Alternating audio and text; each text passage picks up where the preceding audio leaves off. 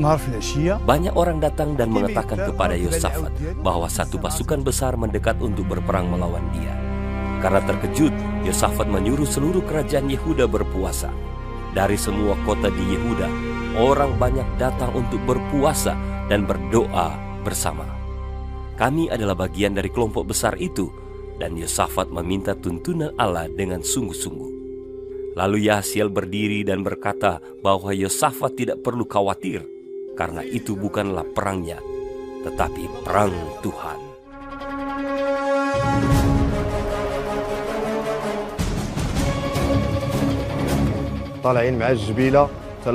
Sungguh itu, ketika kami keluar ke padang Tekoa, kami benar-benar khawatir dengan pasukan yang besar ini. Tetapi kami diyakinkan harus memiliki iman. Kami juga berdoa.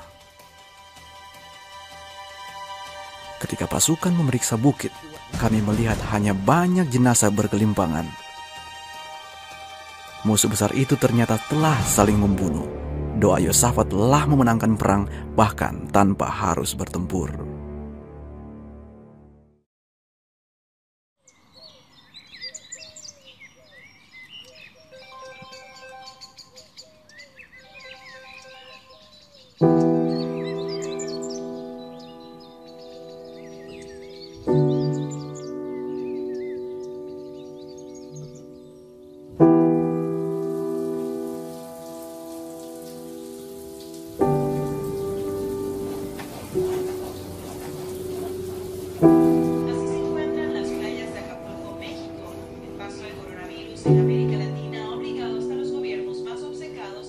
Liczba zarażonych koronawirusem w kraju wynosi według stanu na godzinę 16:30 After his fight with the coronavirus took a E o troubling Brasil turn. tem 114. A few confirmed cases outside Nairobi. Então, impróprio esse coronavírus, mas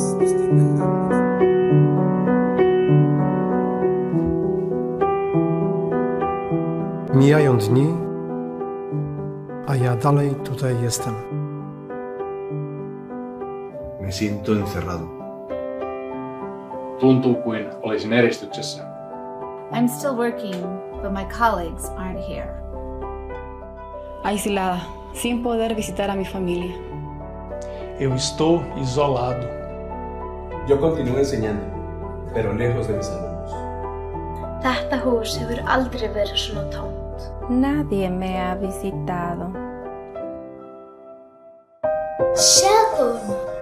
Nataka ujue kwamba siko peke yangu. 私たちは一人ぼっちではありません。 Може и да съм изолиран, но не съм сам. Extraño la vida como era antes. Sometimes I even cry. Estoy encerrado, pero tengo ayuda. No estoy sola, porque Dios está conmigo. Hän on vierelläni. Aún cuando estamos lejos, mi familia está conmigo. Eu continuo rindo com eles. Ég get meira sér leikið við vini mína. Kwa hiyo, mpendwa coronavirus. Nisimysli, že som sama. 神様は私と共にいてくださいます。 Guð með okkur. Nie jestem sam. No som paso. No estamos solos. Mungu yuko hapa. Comigo. Conmigo. Dios con nosotros. God is with us.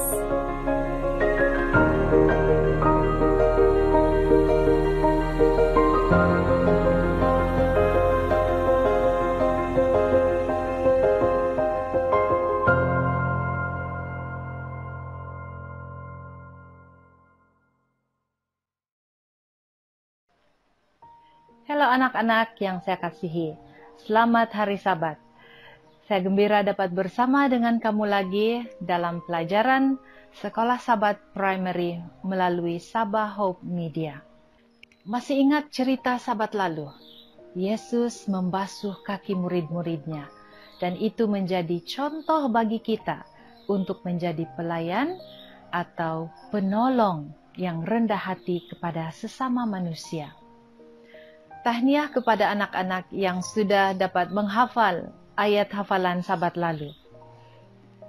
Pada saat ini, duduk dekat dengan ibu atau bapak kamu, Dan sambil kamu pegang kaki mereka, kita akan bacakan ayat ini bersama-sama. Sudah sedia? 1, 2, baca. Jika aku sebagai Tuhan dan Guru kamu sudah membasuh kaki kamu, maka kamu wajib saling membasuh kaki. Yohanes 13 ayat 14. Mari kita nyanyi sebuah lagu yang bertajuk We Are His Hands.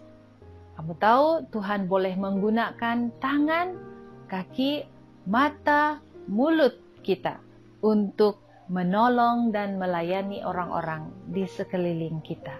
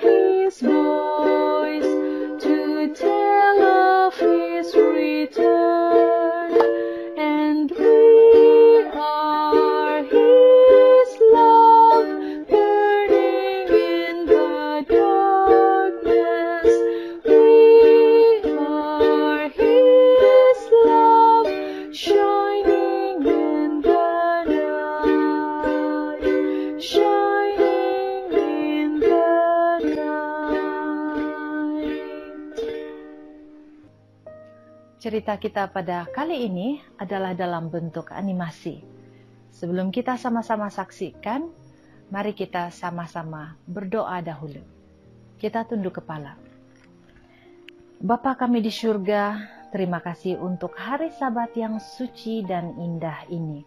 Dan terima kasih untuk cerita Alkitab yang kami akan saksikan bersama sebentar lagi.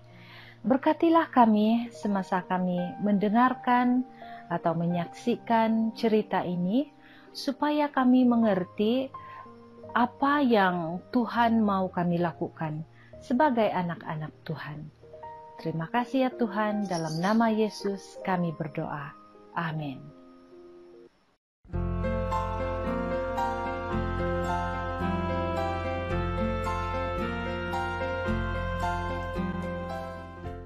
Hai anak-anak, cerita sekolah Sabat hari ini bertajuk Perjalanan ke Kalvari.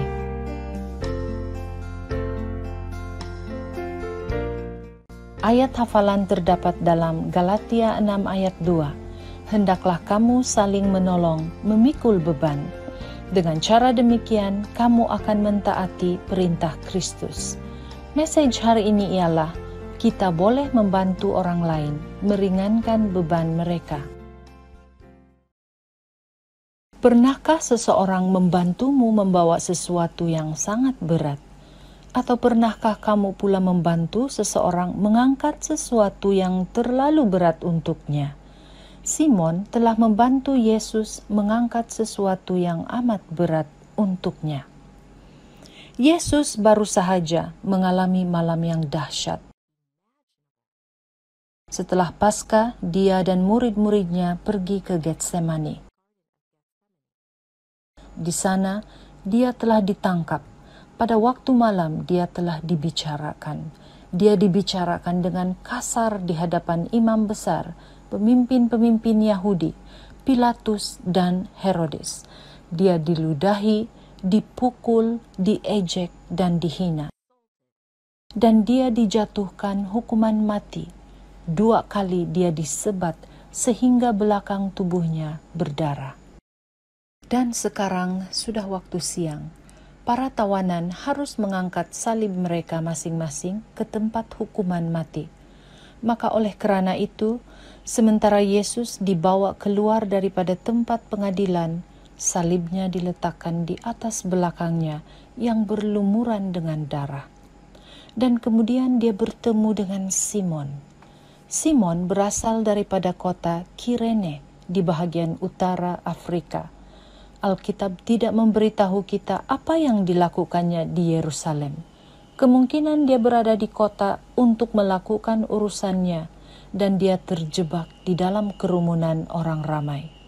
Simon melihat ke arah apa yang dilihat orang ramai dan dia melihat sesuatu yang mengerikan. Seorang lelaki dikelilingi oleh 4 orang askar Roma. Lelaki itu memakai mahkota duri di atas kepalanya. Belakang tubuhnya berlumuran dengan darah. Dia kelihatan seperti hampir pengsan dan dia membawa sebatang kayu salib. Itu bermaksud dia akan disalibkan. Sudah tentu dia telah melakukan sesuatu yang jahat, fikir Simon. Hanya penjenayah paling teruk yang akan disalibkan. Tiba-tiba lelaki tersebut terjatuh. Dia telah dipukul dengan begitu teruk dan kehilangan banyak darah. Dia kelihatan hampir mati. Mungkin, kata hati Simon, sementara dia memerhatikan kejadian itu. Namun penjenayah ini berbeza. Kebanyakan penjenayah yang aku pernah lihat akan mengucapkan kata-kata yang jahat, berteriak dan melawan. Tetapi lelaki ini tidak berbuat apa-apa. Dia tidak mengatakan apa-apa. Dia kelihatan baik. Sementara Simon memerhatikan, askar-askar tersebut bercakap-cakap dengan satu sama lain. Lelaki tadi tidak pun berusaha untuk berdiri. Simon merasa kasihan padanya. Setelah itu, seorang askar melihat ke kerumunan orang ramai dan menolak orang-orang yang ada di sana dan berjalan menuju ke arah Simon. "Ikut aku," kata askar tersebut. "Kamu akan membawa salib Yesus." Simon tidak berani untuk ingkar. Mana-mana askar Roma mampu membuat sesiapa saja untuk melakukan apa saja. Simon mengangkat salib tersebut dan mulai berjalan. Salib itu sangat berat. Simon berpikir, bagaimana lelaki yang dipukul dengan teruk tadi mampu membawa salib itu walaupun hanya beberapa langkah. Malahan mereka tidak menggunakan jalan yang singkat apabila mereka membawa orang untuk disalibkan. Mungkin dalam pikiran Simon, mereka ingin menyakiti dan mempermalukan orang tersebut sebanyak yang boleh. Aku gembira dapat membantu dia. Aku tidak boleh menghentikan apa yang bakal terjadi, tetapi aku boleh membantu dengan membawa salibnya. Simon sudah pasti melihat ketika Yesus dipaku pada salib. Dia sudah pasti mendengar Yesus menghibur pencuri yang meminta untuk diingati apabila Yesus datang kembali. Dia juga sudah pasti mendengar ketika Yesus memaafkan orang-orang yang telah menyakiti dia. Semua ini sudah pasti mengubah Simon buat selama-lamanya. Untuk sepanjang hayatnya, Simon akan mengingati bahwa dia telah melakukan sesuatu untuk membantu Yesus. Simon sudah tentu telah belajar tentang beban berat yang diangkat oleh Yesus, yaitu beban dosa dunia. Dan Simon telah melakukan sesuatu untuk membantu penebus yang telah mati untuknya. Apakah yang boleh kamu lakukan pada hari ini untuk membantu Yesus?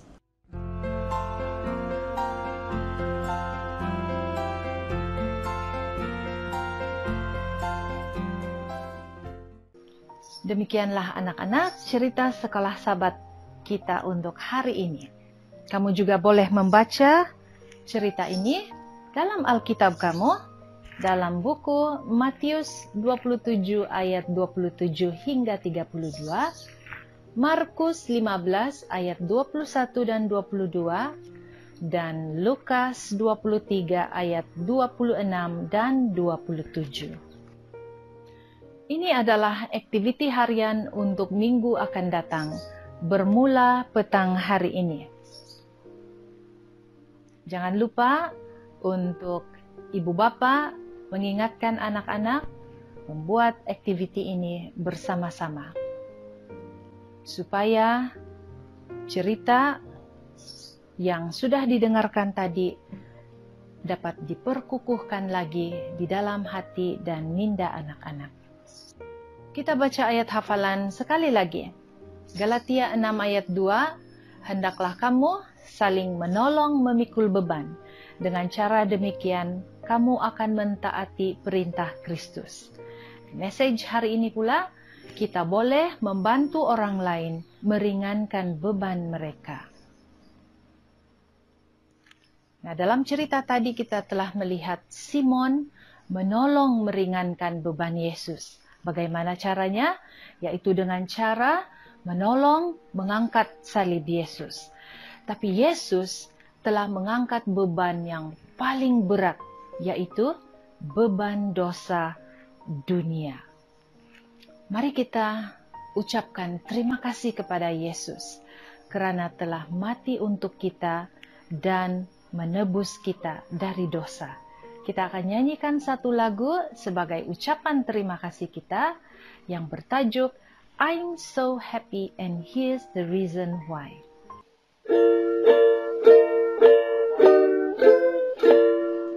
I'm so happy and here's the reason why Jesus took my burden all away. Now I'm singing as the days go by. Jesus took my burden all away.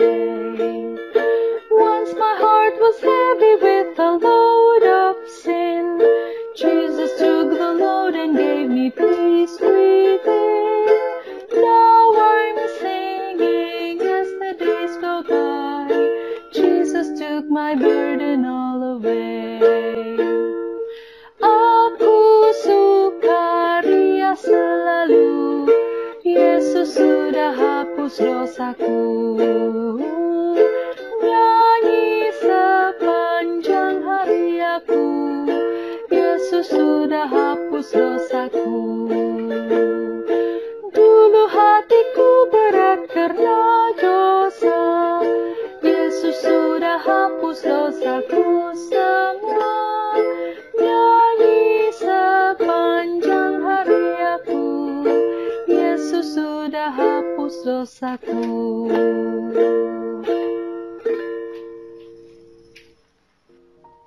Terima kasih anak-anak sudah bernyanyi bersama dengan saya tadi.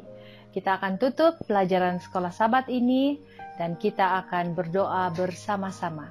Mari kita tunduk kepala dan kita akan berdoa. Bapa kami di surga, terima kasih yang tidak terhingga karena mengasihi kami walaupun kami ini orang yang berdosa. Engkau sangat baik dan kami mau mengasihi Engkau. Yesus sudah mati untuk kami dan Yesus sudah mengangkat beban dosa kami. Tolonglah kami supaya kami juga dapat menolong, meringankan beban orang lain. Gunakan tangan, kaki, mata, dan suara kami untuk menjadi berkat bagi orang lain. Terima kasih ya Tuhan, Engkau sudah mendengar doa kami. Kami serahkan dalam nama Yesus. Amin. Sebelum kita berpisah, saya mau ingatkan sekali lagi agar anak-anak jangan lupa untuk mengikuti aktiviti sekolah Sabat bermula petang ini sehinggalah sepanjang minggu yang akan datang. Sampai jumpa lagi. Tuhan memberkati. Bye. Shalom, selamat pagi dan selamat hari Sabat semua. Selamat bertemu kembali dalam bacaan misi kita pada Sabat yang kedua ini yang bertarikh 11 April 2020. Tajuk pelajaran kita pada Sabat ini adalah seorang Adventis dalam 10.000. Kesaksian oleh Radenko Melovic yang berumur 58 tahun bertempat di Serbia. Melangkah ke university adalah pengalaman hebat bagi Radenko Melovic. Dia meninggalkan ibu bapaknya di kampung mereka dan bergerak sejauh 300 km ke asrama universiti yang luas dengan penghuninya seramai 10.000 di Belgrade. Radenko lebih banyak berseronok daripada belajar. Tahun pertama berlalu, dia tidak mengambil sebarang peperiksaan. Untuk mengelakkan daripada diusir dari asrama, beliau menukarkan mata pelajaran pentingnya untuk tahun akademik yang seterusnya. Tahun kedua berlalu, dia tidak mengambil sebarang peperiksaan juga. Radenko menukar mata pelajarannya sekali lagi. Tahun ketiga pula yang berlalu lagi, dia masih tidak mengambil sebarang peperiksaan. Bukannya belajar, sebaliknya dia berpesta. Dia minum dan merokok dengan kawan-kawannya. Oleh karena dia seorang pelajar yang populer, beliau dipilih sebagai presiden badan pelajar di sekolahnya. Semasa tahun keempatnya, tragedi melanda. Kakaknya meninggal semasa melahirkan anak. Radenko amat sedih sekali. Kakaknya seperti malaikat dalam keluarga mereka.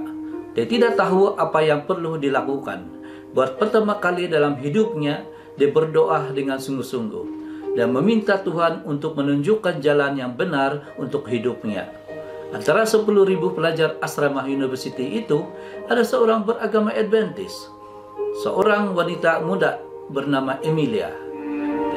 Tidak lama selepas doanya, seorang kawan memperkenalkan mereka. Emilia segera bercakap tentang Tuhan. Dia tidak mahu bercakap tentang apa-apa pun selain daripada Tuhan. Dia memberitahu Radenko bahwa dia adalah seorang Seventh-day Adventist. Radenko tidak pernah mendengar tentang Adventist. Emilia menjemputnya untuk pergi bersamanya ke gereja pada hari Sabtu. Dan Radenko bersetuju. Dia dihentikan oleh Pastor Belia ketika dia hendak pergi.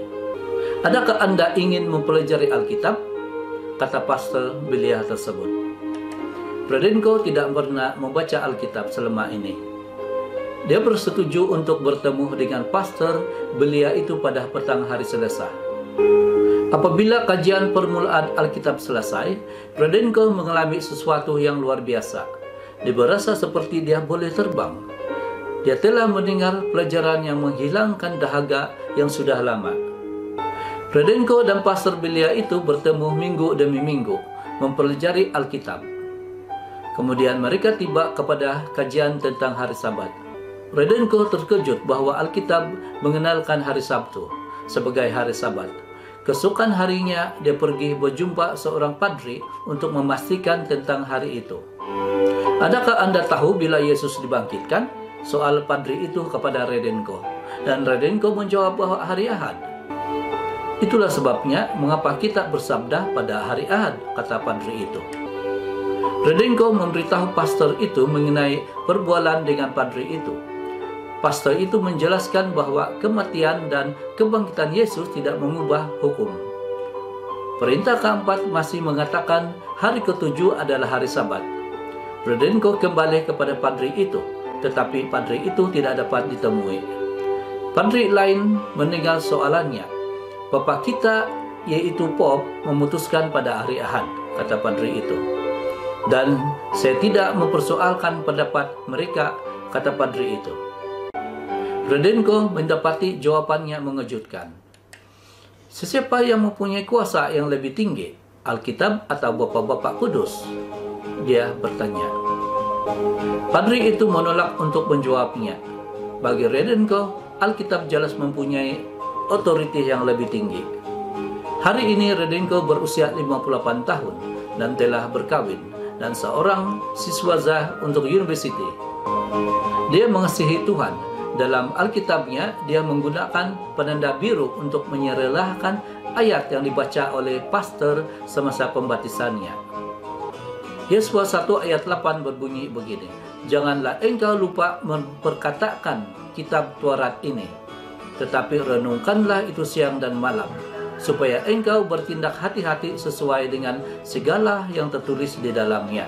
Sebab dengan demikian, perjalananmu akan berhasil dan engkau akan beruntung." Emilia, kawannya dari asrama university, terkejut dan teruja apabila dia mengetahui 30 tahun kemudian bahwa benih yang ditanamnya telah menghasilkan buah. Dia telah meninggalkan asrama university itu selepas bertemu dengan Rudenko, dan kedua-duanya telah kehilangan hubungan. Rudenko percaya bahwa misi Emilia adalah untuk mengungsikan Injil dengannya. Ia adalah benar-benar satu keajaiban untuk mendapati seorang Adventis di kalangan 10.000 orang, kata Rudenko. Tetapi itu adalah jawaban Tuhan ketika saya memintanya untuk menunjukkan jalan yang benar untuk diambil dalam hidup saya, kata Rudenko sekali lagi. Rudenko adalah seorang elder di gereja Seventh-day Adventist di New Belgrade yang akan menerima sebahagian daripada persembahan Sabat ke-13 kuartal ini untuk memperolehi bangunan sendiri. Sidang jemaah beribadah di sebuah teater yang disewa ketika sidang itu ditubuhkan pada tahun 1993 dan kini berkongsi bangunan dengan jemaat Adventist yang lain di New Belgrade. Terima kasih kerana merancang untuk memberi persembahan Sabat ke-13 ini. Seperti biasa, bacaan misi ini ditulis oleh Andrew McChesney. Sekian saja bacaan misi yang kedua pada Sabat yang kedua ini, dan sampai ketemu lagi di pelajaran yang ketiga. Tuhan memberkati.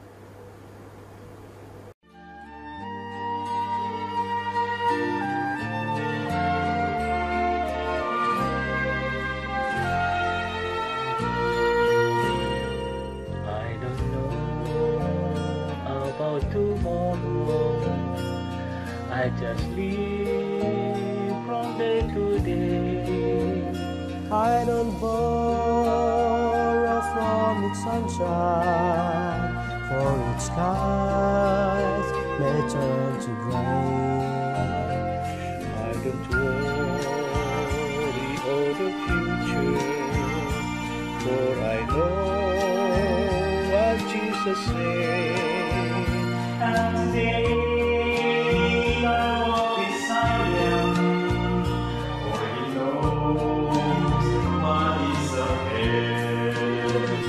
many things about tomorrow I don't seem to understand, but I know who holds tomorrow, and I know who holds my hand.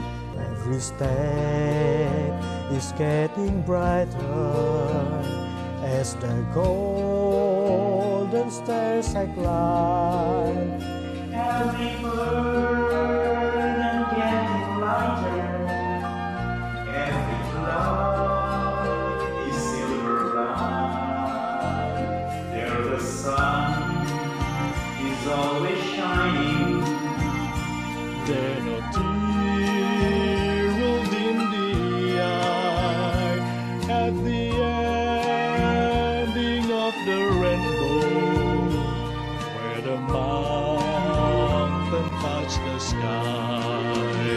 Many things about tomorrow I don't seem to understand, but I know who holds tomorrow, and I know who holds my hand.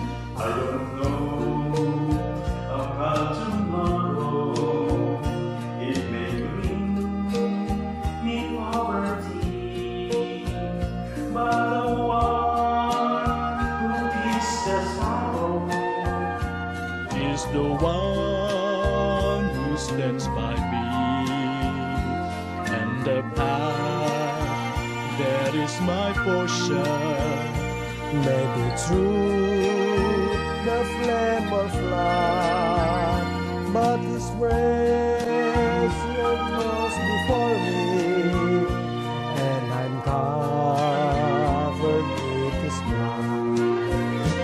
Many things about tomorrow I don't seem to understand, but I know who holds tomorrow, and I know who holds my hand.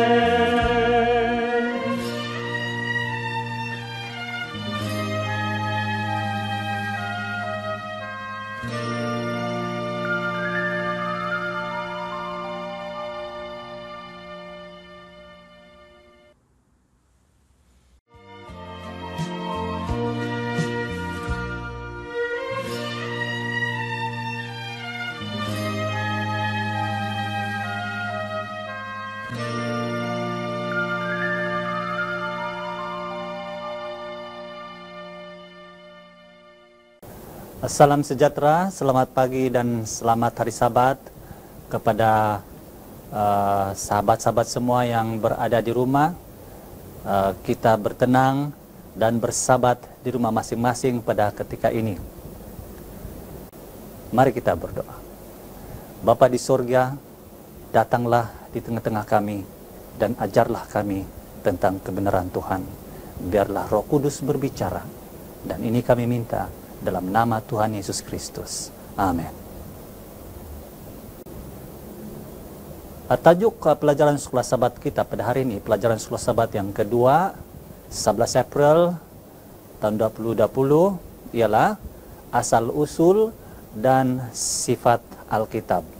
Ini bermakna kita perlu menumpukan perhatian kepada dua perkara, yaitu asal-usul Alkitab dan juga sifat Alkitab. Dari manakah asalnya Alkitab? Dan bagaimanakah Alkitab itu ditulis? Dan adakah Alkitab itu benar-benar message dari Tuhan? Soalan ini harus dijawab, karena jawaban bagi soalan-soalan ini akan membantu kita untuk mengerti mengapa Alkitab itu amat penting bagi kehidupan Anda dan saya. Kepercayaan kita terhadap Alkitab bermula ketika kita mengerti bahwa Tuhanlah yang menuntun manusia ketika mereka menulis Alkitab. Jadi, apakah cara yang terbaik untuk kita memahami Alkitab? Yang pertama, kita mesti membiarkan Alkitab menetapkan peraturan yang kita gunakan untuk memahami message-nya. Kita tidak dapat belajar matematik contohnya dengan menggunakan cara ataupun aturan untuk belajar subjek sains. Dan begitulah juga sebaliknya, apabila kita belajar sains, kita mestilah menggunakan aturan-aturan dan cara-cara untuk belajar sains, bukan menggunakan cara matematik. Kita tidak akan memahami Alkitab sekiranya kita terus-menerus meragui kesahihan ataupun kebenarannya. Yang kedua ialah kita perlu percaya kepada Tuhan. Kita perlu percaya bahwa Tuhanlah yang telah menuntun manusia untuk menulis Alkitab. Dan yang ketiga ialah iman. Iman adalah perkara yang paling penting yang kita perlukan. Dengan iman yang penuh kepada firman Tuhan, kita akan dapat memahami Alkitab. Di dalam 1 Tesalonika 2 ayat 13 mengatakan seperti berikut. Di samping itu, kami sentiasa bersyukur kepada Allah karena apabila kami menyampaikan perkabaran Allah kepadamu, kamu telah mendengar dan menyambutnya bukan sebagai perutusan manusia, tetapi sebagai firman Allah. Memang benar perkabaran itu daripada Allah yang bekerja dalam dirimu yang beriman. Saudara-saudara yang dikasihi dan diberkati Tuhan, Alkitab itu adalah wahyu ilahi. Tidak ada satupun nubuat dalam kitab suci yang berasal daripada pentafsiran sendiri, karena nubuatan bukanlah lahir dengan kehendak manusia, tetapi disuarakan oleh orang ketika digerakkan oleh Roh Kudus untuk menyampaikan kata-kata daripada Allah. 2 Petrus 1 ayat 20 dan 21. Dan ini menempatkan bahwa Alkitab itu berbeza berbanding buku-buku yang lain. Roh Kudus menggerakkan nabi atau orang-orang yang Tuhan pilih untuk menulis Alkitab. Dan tulisan-tulisan dalam Alkitab itu bukanlah lahir dari kehendak manusia. Dengan itu, kita boleh percaya kepada Alkitab, karena ia adalah kebenaran Tuhan. Tuhanlah yang memilih manusia untuk menjadi nabinya. Kemudian Tuhan menyatakan kebenarannya kepada mereka. Alkitab dipenuhi dengan kuasa Tuhan. Dan oleh karena itulah, Alkitab ini khusus untuk kamu dan saya. Saudara-saudari yang diberkati Tuhan, penulis sebenar Alkitab ialah Allah sendiri.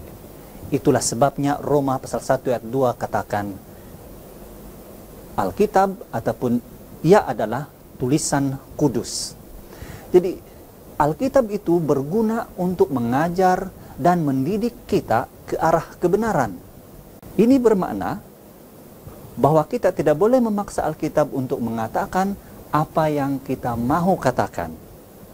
Kita kena terima apa yang dikatakan oleh Alkitab, karena Alkitab akan melengkapi kita sepenuhnya untuk melakukan kebenaran. Di samping itu, kita amat-amat memerlukan pimpinan Roh Kudus untuk memahami Alkitab. Karena sesungguhnya Tuhan Allah tidak akan melakukan sesuatu tanpa menyingkapkan rahasianya kepada para nabi, hamba-hambanya. Itu di Amos pasal 3 ayat yang ke-7. Saudara-saudari, mari saya kongsikan bagaimanakah proses pengilhaman itu. Dalam 2 Petrus pasal 2 ayat 21 dan dalam 2 Timotius pasal 3 ayat 16, kalau kita bacanya kita akan lihat bahwa Alkitab itu diilhamkan oleh Tuhan melalui Roh Kudus yang menggerakkan penulis yang dipilihnya mengikut gaya dan bahasa manusia itu sendiri. Mananya message Tuhan itu terpelihara, sehingga kan kalau kita lihat daripada awal hingga akhir buku-buku dalam Alkitab ini terdapat satu kesatuan kandungannya, dan ia sangat jelas sekali ternyata dalam setiap buku yang ditulis oleh para penulis yang dibezahkan dengan latar belakang, bahasa, dan juga masa penulisannya, yaitu lebih kurang 1500 tahun. Dan ini merupakan sesuatu yang sangat luar biasa tentang Alkitab.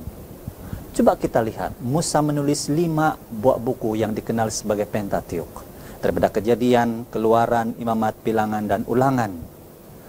Dan itu selesai ditulis beratus-ratus tahun ataupun lebih kurang 1500 tahun sebelum Yohanes menulis buku Wahyu dan juga Injil Yohanes. Dan kalau kita lihat, kalau Anda selama ini mempelajari dan membaca buku ini, kita boleh melihat bahwa watak yang diserlahkan dari setiap buku dalam Alkitab ini tidak lain tidak bukan ialah Yesus Kristus sendiri.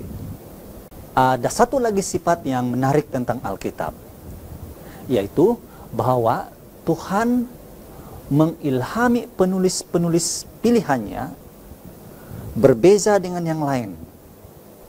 Mananya seorang penulis lain cara Tuhan mengilhaminya dengan penulis yang lain, karena mereka ini berbeza dari segi latar belakang, bahasa, dan budaya, dan juga persekitaran. Dan ada kalanya kita menghadapi kesukaran untuk memahami petikan-petikan atau tulisan dalam Alkitab. Dan ada juga perkara-perkara yang kita tidak payah lagi praktikkan pada hari ini. Tetapi mari kita ingat bahwa Alkitab ini secara keseluruhannya diilhami, dan semua itu berguna untuk kita pelajari, kita baca, pelajari sebagai pengajaran kita untuk hidup pada hari ini.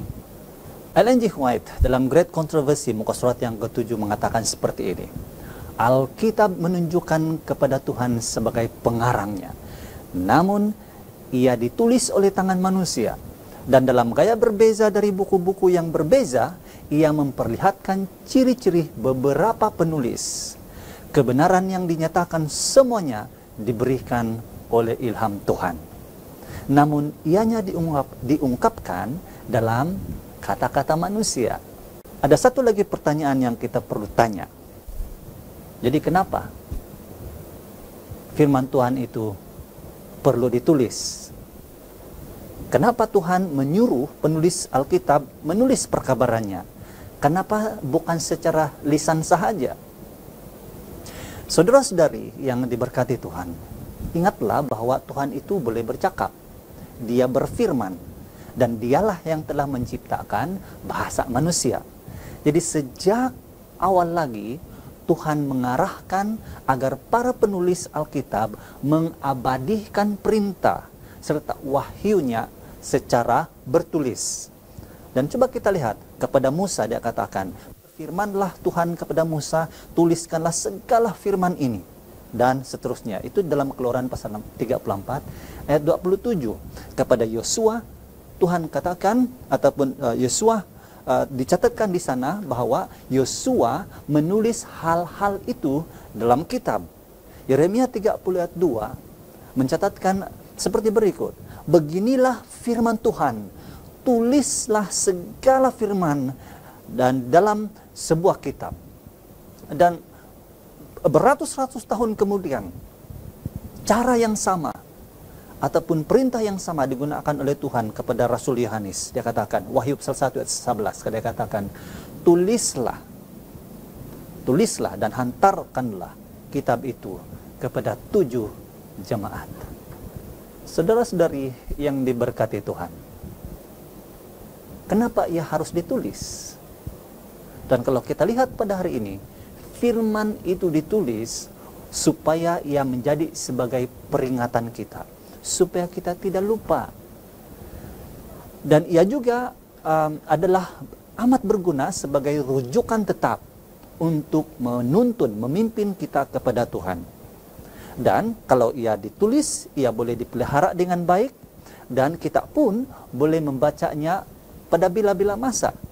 Tambahan lagi, dengan adanya salinan ataupun manuskrip, ia dapat disalin dan dimiliki oleh sesiapa sahaja, oleh ramai orang, ramai pembaca, dan di rata-rata tempat, di mana-mana saja mereka berada. Bahkan Alkitab ini menjadi berkat untuk setiap manusia dari generasi ke generasi.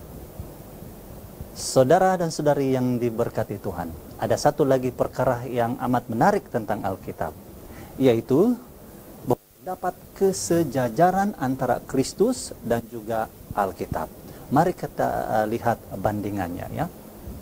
Yesus Kristus dikandung oleh Roh Kudus. Dan Alkitab pula diilhamkan Tuhan melalui Roh Kudus.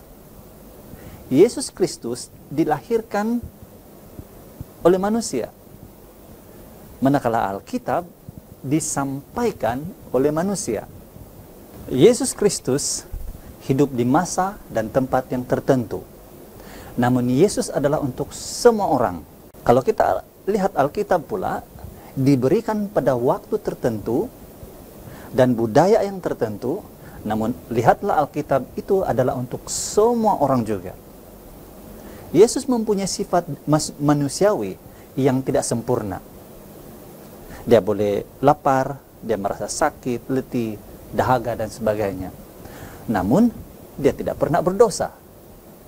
Alkitab juga ditulis dalam bahasa manusia yang tidak sempurna. Namun lihatlah bahwa Alkitab itu boleh dipercayai dan tanpa menyesatkan kita. Sudah tentunya Yesus Kristus dan Alkitab itu tidak sama. Dan Alkitab itu bukanlah penjelmaan Tuhan. Dan memang pun Tuhan itu bukan buku. Tetapi Tuhan di dalam Yesus Kristus menjelmah menjadi manusia. Dan Alkitab pula memberitakan Yesus Kristus. Coba kita perhatikan statement ini. Kesatuan ilahi manusia. Divinity and humanity. Yesus adalah kesatuan ilahi manusia. Alkitab juga adalah kesatuan ilahi manusia. Great Controversy muka surat 8 mengatakan seperti berikut. Alkitab mengandungi kebenaran Tuhan yang dinyatakan dalam bahasa manusia, memperlihatkan kesatuan ilahi dan manusia. Kesatuan itu wujud dalam sifat Kristus yang adalah anak Tuhan dan anak manusia. Oleh itu, sebagaimana halnya dengan Alkitab, demikian juga dengan Kristus, bahwa firman itu menjadi manusia dan diam di antara kita. Saudara-saudari yang diberkati Tuhan, bagaimana caranya kita memahami Alkitab dalam iman? Seseorang boleh saja mempelajari musik dan menguasai kemahirannya secara teknikal. Tetapi seseorang itu akan menjadi pemusik yang sangat baik jika dia mempunyai minat yang mendalam dalam bidang musik. Jadi coba kita tanya, bolehkah kita memahami Alkitab tanpa iman? Ibrani pasal 11 ayat 3 mengatakan sebagai berikut. Melalui iman kita mengerti bahwa seluruh alam dibentuk dengan firman Allah. Nyatalah bahwa segala yang dilihat sekarang tidak dicipta daripada benda yang dapat dilihat. Saudaraku, tidak. Kita tidak akan memahami Alkitab tanpa iman. Tanpa iman, mustahil didapati keredaannya. Sesiapa yang datang kepada Allah mestilah beriman bahwa Allah wujud dan Dia memberikan ganjaran kepada mereka yang berusaha untuk mencarinya. Ibrani pasal 11 ayat 6. Kitab suci, Perjanjian Lama dan Baharu, adalah firman Tuhan yang tertulis, yang diberikan oleh ilham ilahi. Penulis yang diilhami berbicara dan menulis ketika mereka digerakkan oleh Roh Kudus. Dalam firman ini, Tuhan telah abadikan kepada umat manusia pengetahuan yang diperlukan untuk keselamatan. Kitab suci adalah yang tertinggi, berotoritas, dan wahyu yang sempurna dan kehendaknya. Kitab suci adalah standar karakter, penguji pengalaman, penyataan doktrin yang pasti, dan catatan yang boleh dipercayai tentang tindakan Tuhan dalam sejarah. Saudara-saudari yang diberkati Tuhan, dalam minggu ini kita telah pelajari bahwa Roh Kuduslah yang memberikan pengertian ketika kita belajar Alkitab. Dalam petikan tadi, kita telah bacakan bahwa kitab suci adalah standar karakter dan penguji pengalaman. Namun, walaupun pada hakikatnya Tuhan telah mendedahkan kehendaknya kepada manusia melalui firman-Nya, bukan bermakna bahwa kehadiran dan bimbingan Roh Kudus tidak lagi diperlukan. Sebaliknya, Roh telah dijanjikan oleh Juru Selamat kita untuk memberi pemahaman Alkitab itu kepada hamba-hambanya, untuk menerangi dan menerapkan ajarannya. Dan oleh karena Roh Tuhan yang mengilhami Alkitab, maka adalah mustahil ajaran Roh boleh bertentangan dengan Alkitab. The Great Controversy, muka surat yang ke-9. Saudara-saudari yang diberkati Tuhan, tanyalah diri Anda, mengapakah Tuhan menyatakan diri dan kehendaknya kepada kita? Mengapakah kita memerlukan wahyu? Dan yang paling penting ialah, sudahkah Anda mengalami pernyataan Tuhan secara pribadi? Pelajarilah Alkitab kita dengan penuh kepercayaan bahwa Tuhanlah yang menyatakan segala-galanya yang kita perlu untuk keselamatan melalui para nabi dan para rasul-rasul serta penulis yang lain mengikut pilihannya. Semoga Tuhan memberkati Anda semua.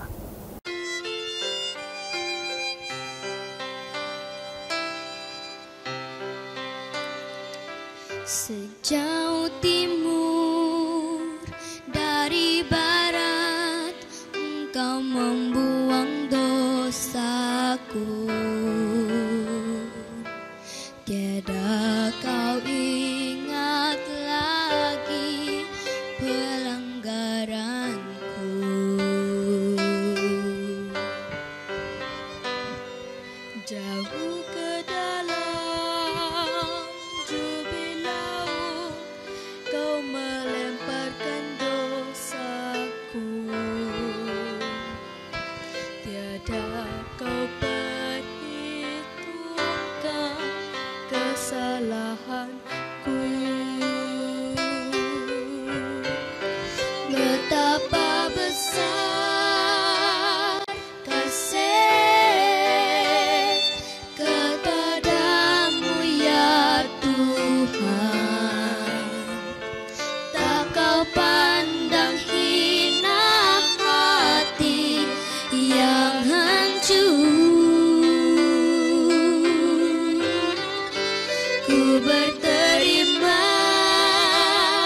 kasih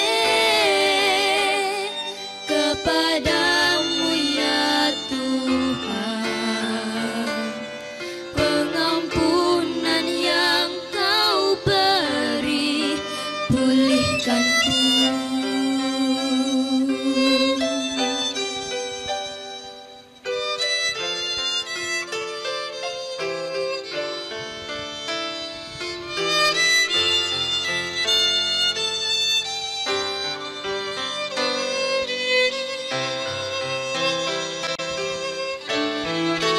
Betapa besar kasih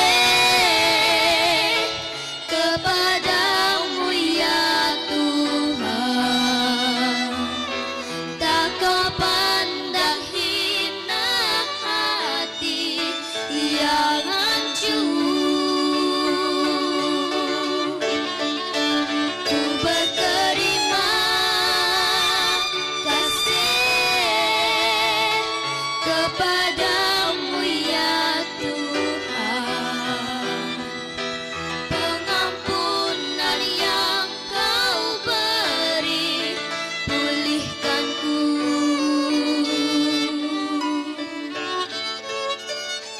Pengampunan yang kau beri, pulihkanku.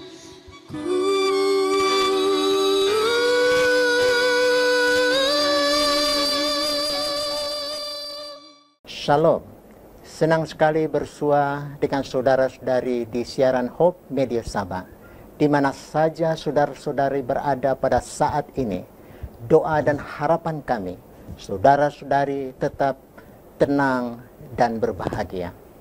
Di kesempatan ini, saya ingin mengajak saudara-saudari merenung salah satu dari petua ilahi dalam kita mengharungi kehidupan masa kini yang penuh dengan cabaran, yakni percaya kepada Tuhan dan berharap hanya kepadanya. Dengan judul renungan, Kuasa Pengharapan Ilahi. Sebelum pembahasan firman, saya mengajak saudara untuk berdoa. Ya Bapa, terima kasih karena renungan firman ini tentunya akan menjadi berkat kepada semua pendengar yang dapat mengikuti siaran ini. Kami berdoa dalam nama Yesus. Amin.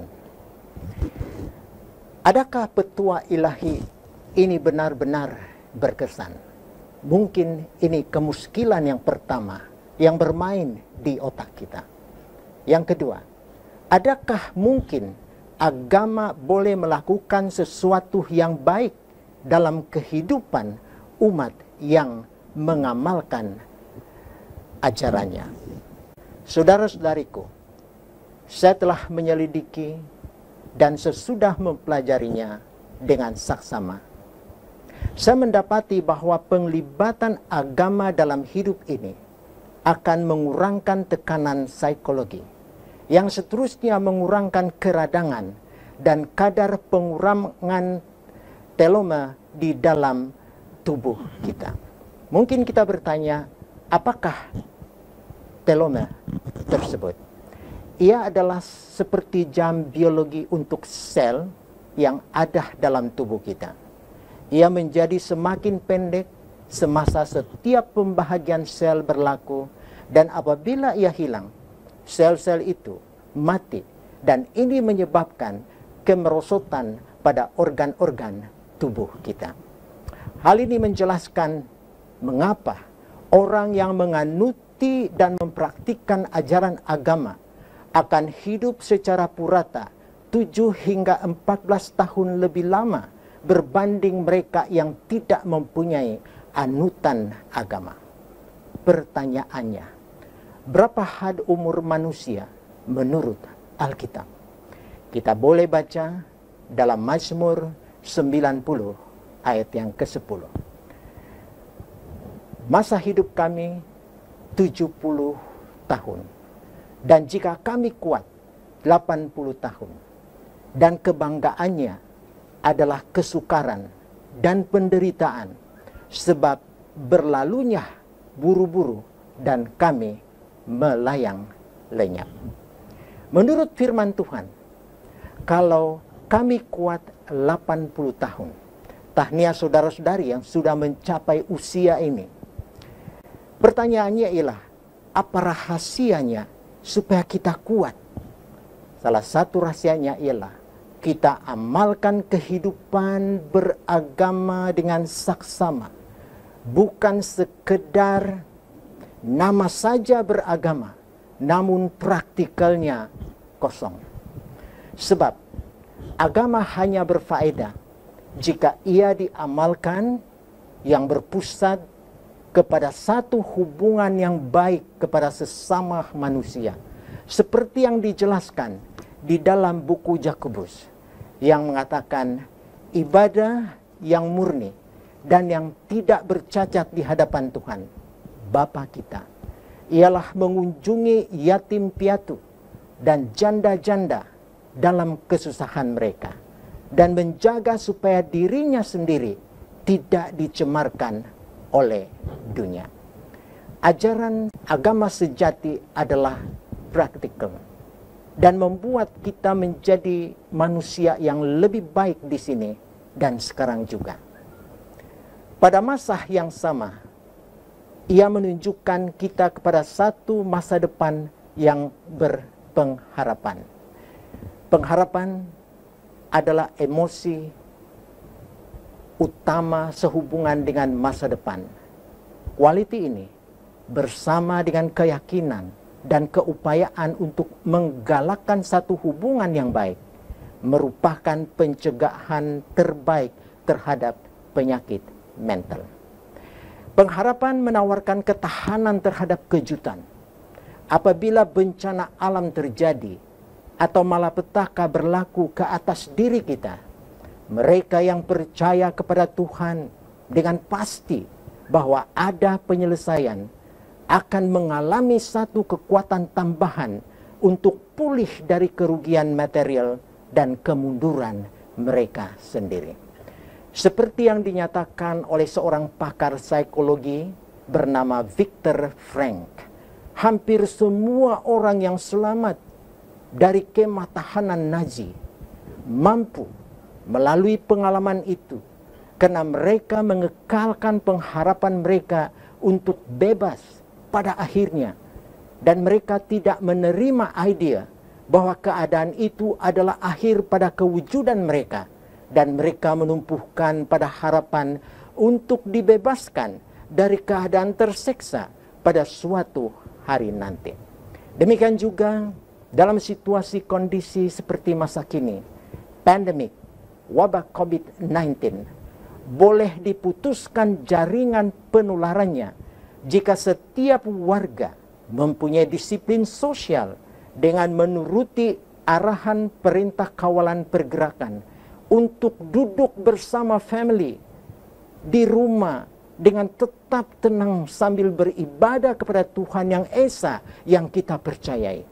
Mari kita pastikan bulan April tanggal 14 ini jaringan penularan wabah coronavirus ini terputus. Amin, saudara-saudari. Jika pengharapan itu suatu keadaan yang penting dan mempengaruhi banyak ruang dalam diri kita, masa kini dan akan datang, maka kita harus mempelajari cara untuk mempromosikannya. Dan adalah menjadi kerinduan kami di Pejabat Mission untuk senantiasa mempromosikannya dalam praktek kehidupan kami. Saya mengajak saudara, kita perhatikan tips berikut untuk memantapkan dan membangun pengharapan kita. Tips yang pertama, bentuk pemikiran yang penuh pengharapan. Apabila saudara-saudari merenung masa depan, lakukan usaha untuk berpikir secara positif. Apa yang kita harapkan pada mulanya akan menentukan hasil bagi segala perkara pada akhirnya. Apabila kita melalui satu pengalaman yang positif, berikan perhatian terhadap positifnya yang telah membolehkannya terjadi. Yang kedua, singkirkan pemikiran yang negatif. Banyak pemikiran bersifat pesimis, mengandungi kesilapan logik yang perlu kita belajar untuk melawannya. Saya bagi contoh. Jika percutian kita pada masa lalu itu suatu yang tidak baik, kita tidak boleh menyimpulkan bahwa pada masa akan datang, ia akan sentiasa suatu yang tidak baik juga. Jika pada masa ini perintah kawalan pergerakan karena COVID-19, negara kita telah banyak mengalami kerugian teruk, kita tidak boleh cepat menyimpulkan bahwa kerugian itu bertambah secara berterusan. Yang ketiga, pikirkan masa lalu dengan tenang. Mengimbas kembali peristiwa masa lalu tanpa merasa bimbang, terutama dengan fokus kepada perkara yang menyenangkan, dan tunjukkan satu sikap yang menghargai dan bersyukur terhadap pengalaman hidup kita. Apabila kita melakukan hal seperti ini, kita akan melihat masa depan dalam satu pandangan yang lebih optimis dan berpengharapan. Yang keempat, ubah rutin Anda. Apabila keputusasaan menindas saudara-saudari, sila ubah beberapa aspek pada kebiasaan-kebiasaan kita.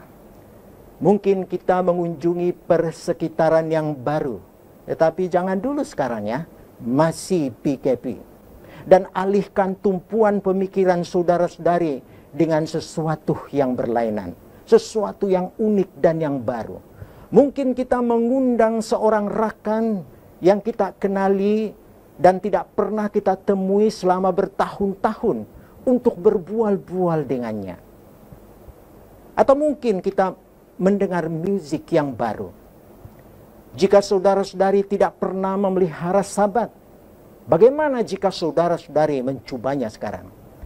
Kepelbagaian ini akan memperbaharui kita sehingga kita akan tiba kepada satu titik di mana kita boleh melihat masa depan dengan penuh pengharapan. Yang kelima, memupuk keyakinan. Harapan dan keyakinan adalah berkait rapat secara intim. Selalunya terdapat dua cara untuk menafsir hakikat yang sama ini. Saya bagi contoh. Yang pertama, bagaimanakah jadinya jika sakit kepala ini disebabkan oleh ketumbuhan? Atau kedua, sakit kepala ini akan berlalu tanpa adanya diagnosis yang tepat. Maka adalah lebih baik kita memilih cara pemikiran yang kedua.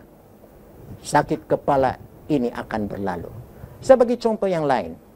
Bagaimanakah jadinya jika perintah kawalan pergerakan ini akan berkelanjutan, atau PKP ini akan berlalu dan hidup kembali normal? Saya mengajak para pendengar yang mengikuti siaran ini untuk berpikir sambil mendoakan negara kita yang kita cintai akan kembali normal. Segala perkara mempunyai sisi positif dan negatifnya tersendiri. Berikan perhatian kepada kedua-dua pandangan ini. Dengan penuh teliti, kita kumpulkan semua maklumat yang ada. Kemudian, biarlah saudara-saudari berpuas hati dengan sisi positifnya dan nikmati hasilnya. Yang keenam, baca dan bermeditasi. Haruslah sentiasa memiliki buku-buku yang baik untuk dijadikan teman. Buku yang membawa makna yang tinggi dan ilmu pengetahuan yang paling mendalam. Pikirkan ide yang terkandung di dalam buku-buku tersebut. Dan saudara-saudari akan dapat kekuatan untuk menghidupkan semula harapan kita. Dalam kitab Injil, Mazmur dan Amsal mengandungi ayat-ayat yang diilhamkan oleh Tuhan Yang Esa, yang telah bertindak sebagai penopang dan telah mengukuhkan pengharapan kepada ramai orang pada sekian lama. Yang ketujuh, cari kumpulan sosial yang baik. Harapan diteguhkan apabila kita berada dengan mereka yang berpengharapan dan bersikap positif. Berusahalah untuk berada di dalam kelompok yang terdiri daripada mereka yang memiliki pengharapan, dan jadikanlah mereka sahabat Anda. Luangkan masa Anda untuk bergaul dengan mereka yang bersikap baik dan amanah, sudah tentu selepas berakhir PKP. Yang ke-8, berikan dorongan dan harapan kepada orang lain. Sebahagian daripada pertumbuhan pribadi kita terdiri daripada memantulkan pengaruh positif kita kepada orang lain. Apabila berbicara kepada seseorang yang sedang berhadapan dengan satu situasi yang sukar, sila berikan dorongan kepada mereka dan bantu mereka untuk melepaskan diri dari keputusasaan. Arahkan perhatian mereka kepada hal-hal lain yang menyenangkan atau perkara yang netral, sehingga ribut taupan yang mereka sedang hadapi itu akan berlalu. Yang ke-9, jagalah kesehatan fisikal Anda. Pastikan kita berada di dalam keadaan tubuh badan yang sihat walafiat dan mantap.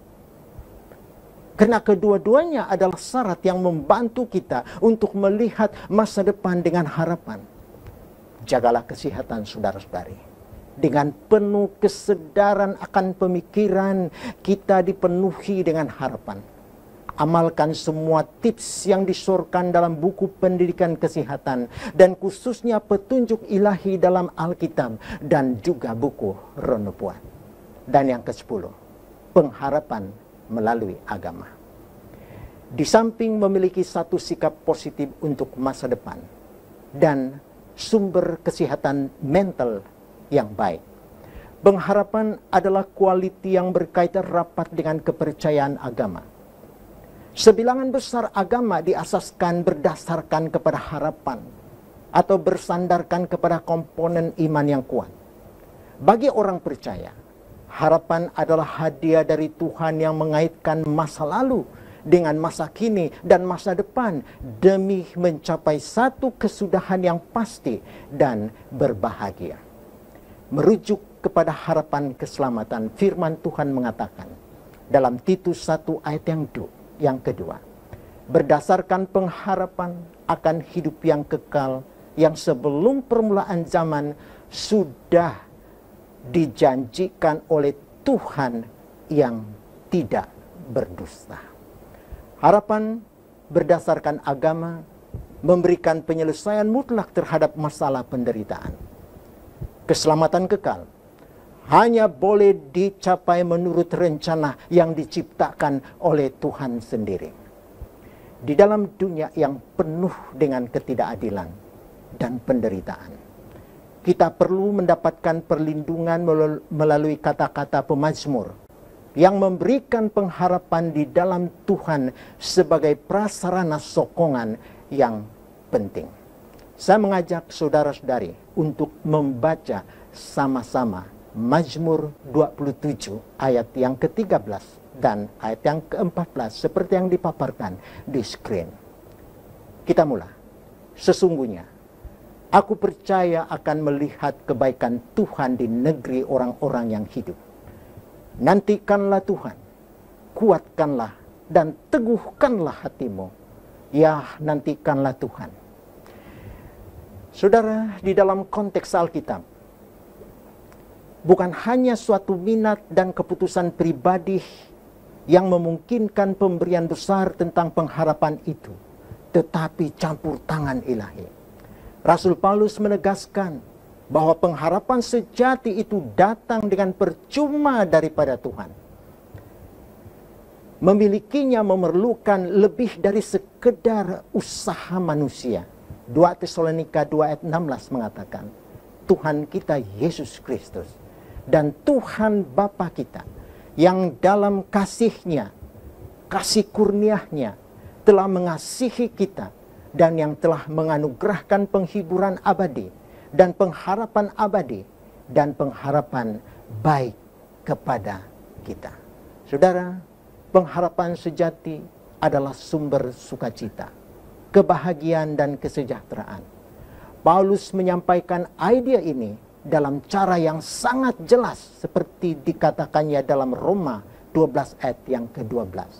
Bersukacitalah dalam pengharapan, sabarlah dalam kesesakan, dan bertekunlah di dalam doa.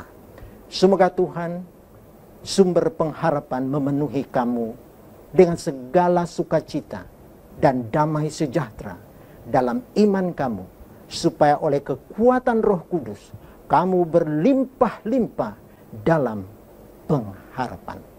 Menurut Alkitab, pengharapan itu akan memuncak pada kedatangan Isa Al-Masih kembali ke dunia ini. Satu hakikat yang menunjukkan kesudahan kepada ketakutan, ketidakadilan, dan penderitaan. Kita baca bersama Titus 2 ayat yang ke-13. Kita mulai dengan menantikan penggenapan pengharapan kita yang penuh bahagia dan penyataan kemuliaan Tuhan yang maha besar dan juru selamat kita, Yesus Kristus. Jika pengharapan berdasarkan agama masih belum menjadi sebagian daripada hidup saudara-saudari, coba lakukan hal berikut. Pelajari dan terima janji keselamatan dan kehidupan kekal. Penerimaan ini akan membuat perubahan yang akan menawarkan lebih banyak tujuan terhadap hidup kita dan pengharapan yang lebih lengkap. Terpujilah Allah dan Bapa Tuhan kita, Yesus Kristus, yang karena rahmat-Nya yang besar telah melahirkan kita kembali oleh kebangkitan Yesus Kristus dari antara orang mati kepada suatu hidup yang penuh pengharapan, untuk menerima suatu bahagian yang tidak dapat binasa, yang tidak dapat cemar, dan yang tidak dapat layu, yang tersimpan di dalam surga bagi kamu. 1 Petrus 1 ayat yang ketiga dan ayat yang keempat. Saya simpulkan renungan ini. Saudara, saudariku, hakikat yang tidak boleh kita cabar ialah bahwa masa lalu itu tidak boleh lagi diubah. Masa depan bukan milik kita. Apakah yang tinggal adalah masa kini, dan apa yang harus dilakukan mengenainya. Inilah persoalan yang seharusnya sudah terjawab melalui renungan firman pada kali ini. Tuhan memberkati. Kita sama-sama berdoa. Bapa di surga, terima kasih oleh karena firman-Mu telah disingkapkan bahwa kami mempunyai pengharapan yang kekal di dalam Isa Al-Masih. Kasih Allah Bapa, kasih sayang Yesus Kristus, dan persekutuan Roh Kudus akan menjadi bahagian kami dari sekarang sampai selama-lamanya. Karena kami berdoa dalam nama Isa Al-Masih, penebus dunia. Amin.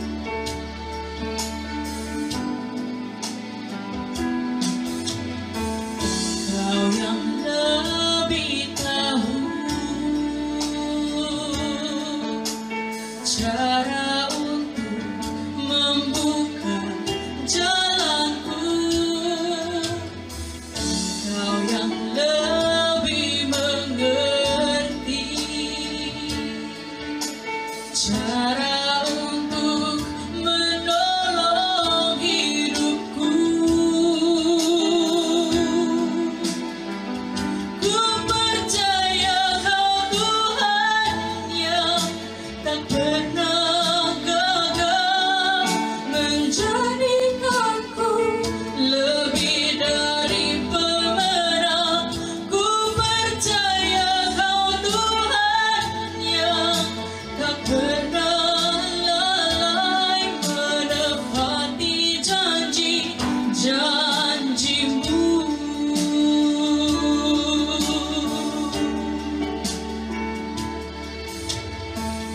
Engkau yang lebih tahu cara untuk membuka jalanku. Engkau yang lebih mengerti cara untuk menolong hidupku.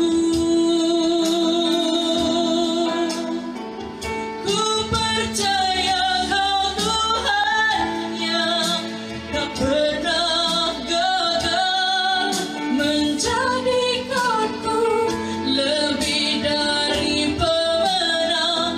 Ku percaya Kau Tuhan yang tak pernah lalai menepati janji-janji-Mu.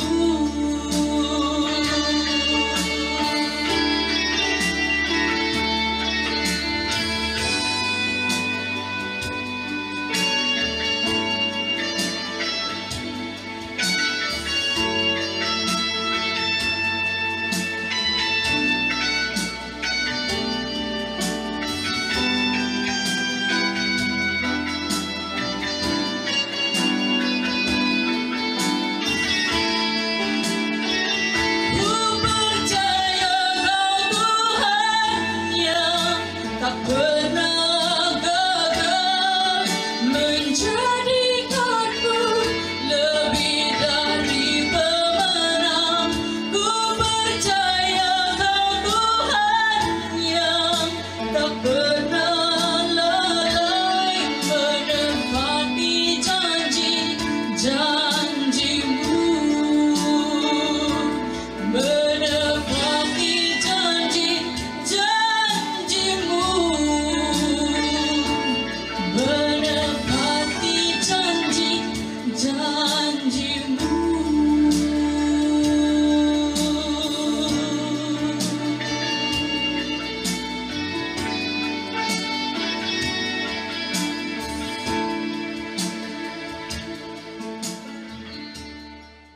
Selamat hari Sabat.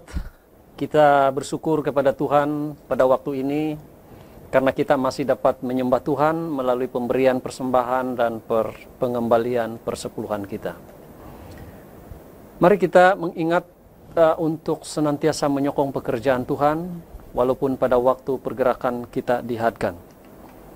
Seventh-day Adventist Mission Sabah ingin mendorong para ketua keluarga untuk mengumpulkan persembahan dan persepuluhan yang dikutip dalam kebaktian di rumah pada setiap hari Sabat dan membuat catatan ringkas kemudian menyerahkannya kepada bendahari gereja ataupun kepada pastor daerah masing-masing pada hari yang lain. Sokongan para anggota gereja pada waktu ini adalah sangat dihargai. Tuhan memberkati dan memelihara Anda semua sementara Anda terus beribadah dan menyokong pekerjaan Tuhan dari rumah Anda masing-masing.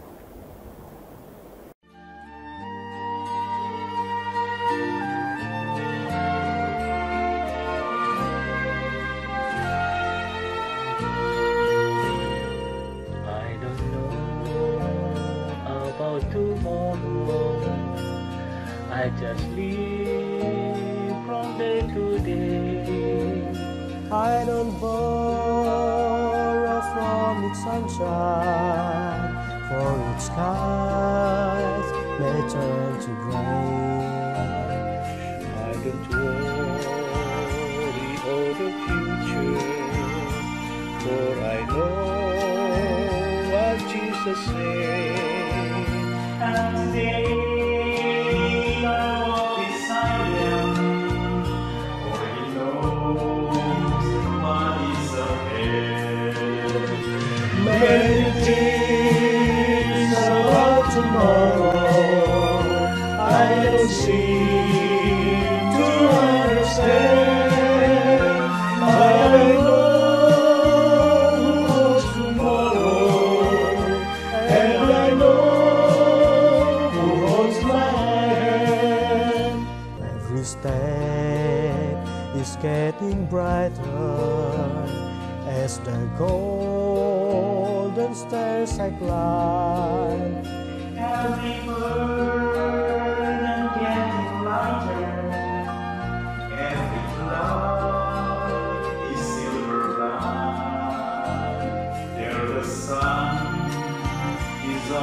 shining.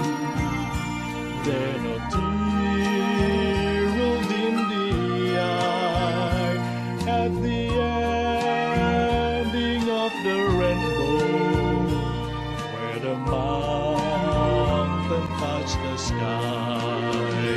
Many things about tomorrow I don't seem to understand, but I know tomorrow, and I know who holds my hand. I don't know about tomorrow.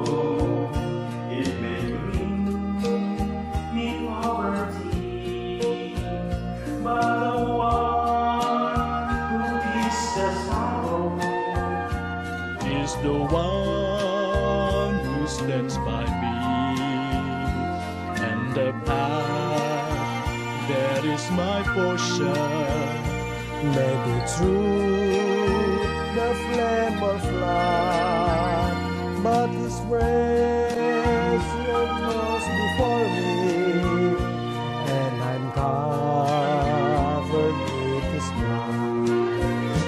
Many things about tomorrow I don't seem to understand, but I know who holds tomorrow, and I know who holds my hand.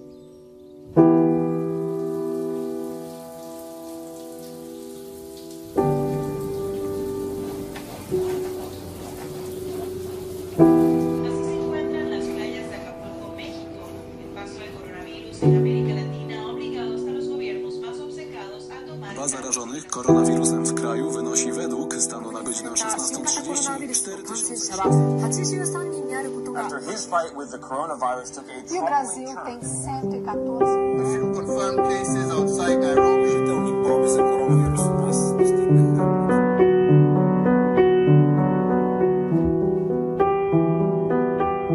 Mijają dni, a ja dalej tutaj jestem. Me siento encerrado. Tuntuu kuin olisin eristyksessä. I'm still working, but my colleagues aren't here. Aislada, sin poder visitar a mi familia. Eu estou isolado. Yo continúo enseñando, pero lejos de mis alumnos. Þetta hús hefur aldrei verið svona tómt. Nadie me ha visitado. Shalom. Nataka ujue kwamba siko peke yangu. 私たちは一人ぼっちではありません。 Може и да съм изолиран, но не съм сам. Extraño la vida como era antes. Sometimes I even cry. Estoy encerrado, pero tengo ayuda. No estoy sola, porque Dios está conmigo. Hän on vierelläni. Aún cuando estamos lejos, mi familia está conmigo. Eu continuo rindo com eles. Ég get meira sér leikið við vini mína. Kwa hiyo, mpendwa coronavirus. Ne si misli, че съм сама. 神様は私と共にいてくださいます。 Guð með okkur. Nie jestem sam. No son paso. No estamos solos. Mungu yuko hapa Conmigo. Conmigo. Dios con nosotros. God is with us.